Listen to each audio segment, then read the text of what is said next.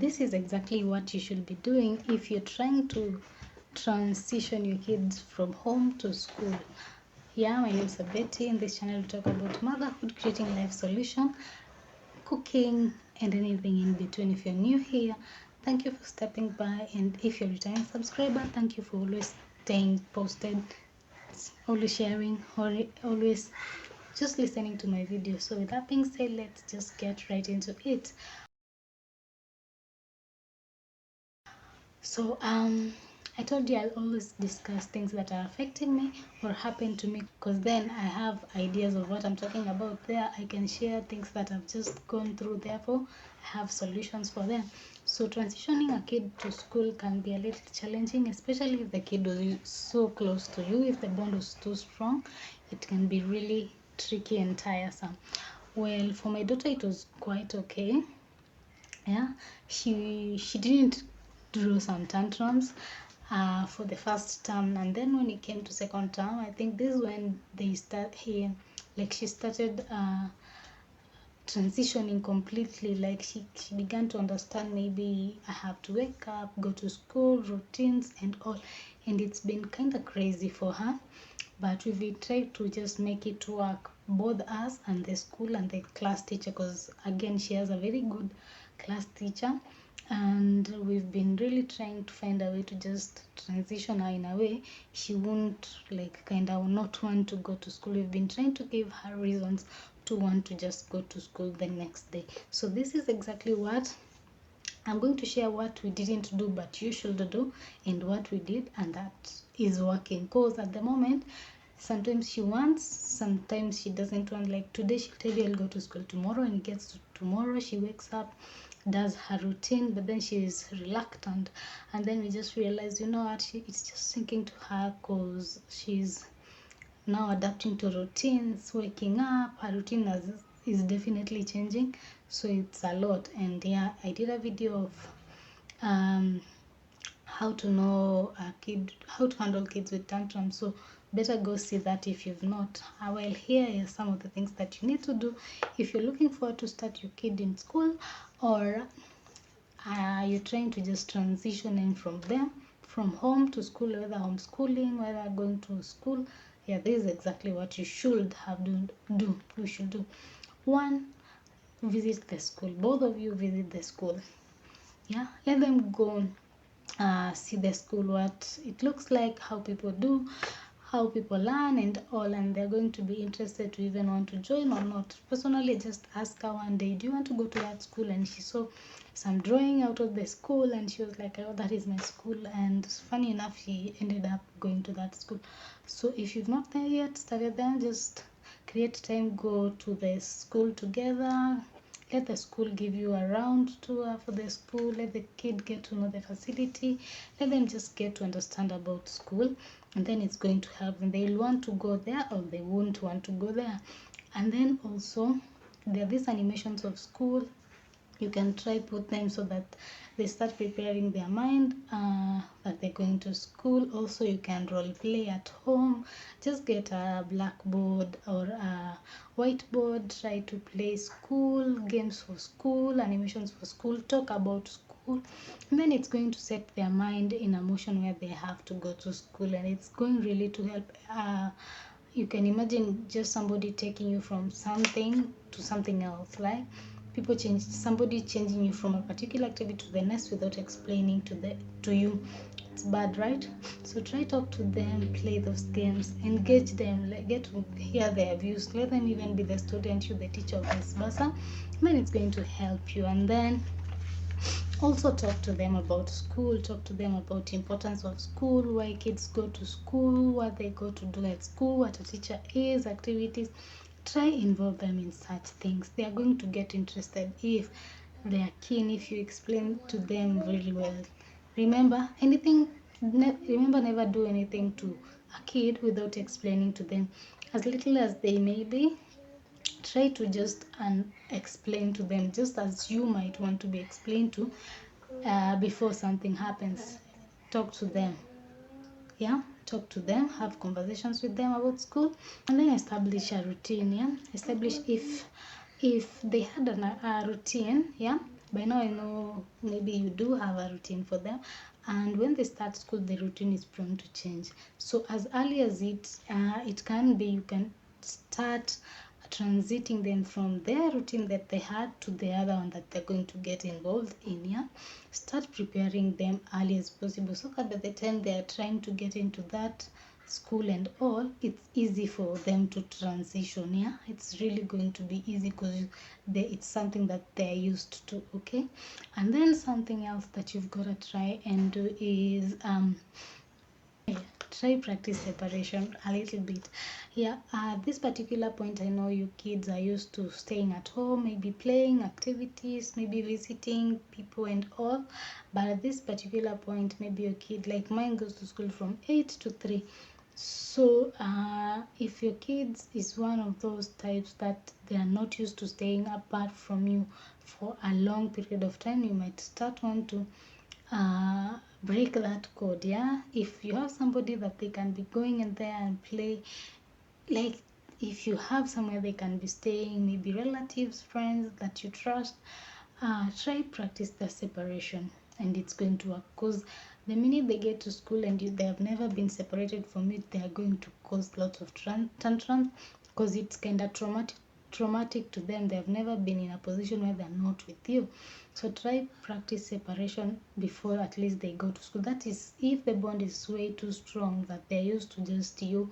And sometimes it's traumatic for kids because they just don't understand why it's happening. Yeah, you've not even explained to them, they just can't get or understand what's happening.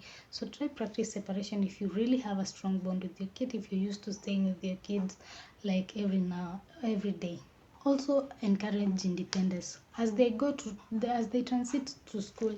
They're going to depend on the teachers and the caregivers, yeah, and the fellow students. So they need to learn to kind of depend on themselves on so many things. They need to know how to express themselves and all. Yeah, so you've got to start preparing them as early as possible before they go to school, because if they're in playgroup they're going to be taught things like toiletry, dressing and all. So as early as possible you might as well start that at home before they go to school. Get to understand the syllabus. Yeah, get to know, this was the next tip. Get to understand the syllabus, the curriculum, how it is. Go online and google what they're going to be taught, and at least get some knowledge of what they're going to learn. Then you learn first so that you start teaching them. By the time they're going to school, it's even easier for the teacher to just engage them. Yeah, just try teach them about being independent, like the teacher doesn't have to do everything for them while they're at school. Okay, so I'll emphasize on that tip.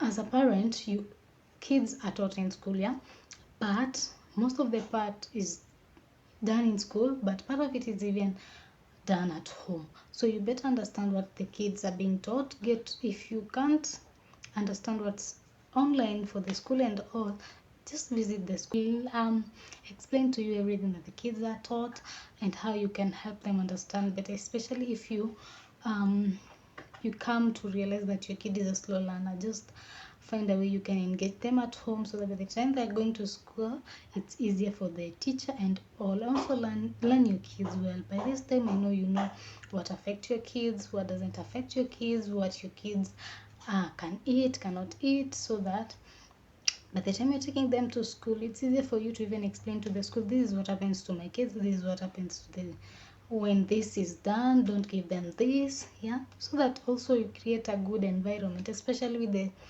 snack time and all, so that your kid doesn't go to school and then they're like they don't want break food to reach because they know they're going to maybe be given something that they can't eat or they don't eat. Yeah, get to understand your kids, understand them more, and it's going to really help. Also have a heart to heart conversation with your kids. By now I know you should be doing that, or you have been doing that, such that they can open up to you everything that maybe probably happens to school, how they feel and all. My daughter will just come and tell me, this and this happened, this and this happened, this one did this to me, which is good. You just get to know what they learn, understand, teach them, uplift them, encourage them. Yeah, learn to have heart-to-heart conversations with your baby. Also, it will be easy for them to open up on what is going to school, because that also might cause them to not want to go to school, and may pause the transition. So learn to have heart-to-heart conversation with these kids. They're going to really learn a lot from them. They are very mature young kids. Staying in a place where kids have already gone to school, you might as well have your kid mingle with them so that they got to know. So by the time my daughter was starting school, the neighbors were going to school because they are way older, and she really wanted to go to school because they always go to school, and she saw them carrying bag, and it was so fascinating for her. So she really wanted to go to school. So let the kids get involved with others who have already started school, and then let them just mingle and see how that goes, because it's going to help maybe family members or friends. It's really going to help give your kids a reason to go to school. What do I say? The activities that are in that school. What, first of all, when you're trying to look for a school, what do you want your kid to be offered? What do you want them to get involved in? Try find a school that offers some of the things that your kids love. For example, my daughter really loves and enjoys doing co-curricular activities, and maybe a lot of coloring, and this is just what she gets in school. So it always gives her a reason to go to school. Like when she doesn't want to go to school, and you're like, by the way, in school today this and this activity will take place, she'll be like, no, I won't miss that, I'm going. So give them a reason to want to go to school. Prepare a good breakfast for them. Let's see if the school kind of allows you to pack some snacks for them. Just give them a reason to go to school. Make them wear their favorite clothes. That is, if they do wear clothes while they go to school, or uniform, or whatever they wear, just give them a reason to just look up to the next day, so that they want to go to school. And then communicate it with teachers. Be the teacher's friends. Don't be a rational parent whereby your kids tell you something and then you just rush there in the school and just screaming to them. And no, get to understand some situations. Some kids are innocent. When they explain some things, you may think they're even been hurt, but sometimes it's never the case.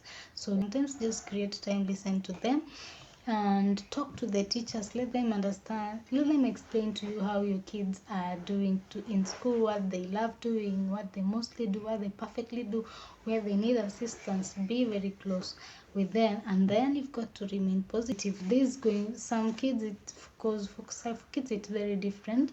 Yeah, some kids are faster, they transition faster. Some kids transition very slowly. You've got to be positive, and you be patient with your kids. Don't touch them, and be patient with your kids. This one surely does take time, but it's worth the wait. Yeah, be positive, and honestly, and be calm as possible. Also be patient with the kids and the school. Yeah, sometimes it just takes time. So yeah, with that being said, I think I'll see you on the next one.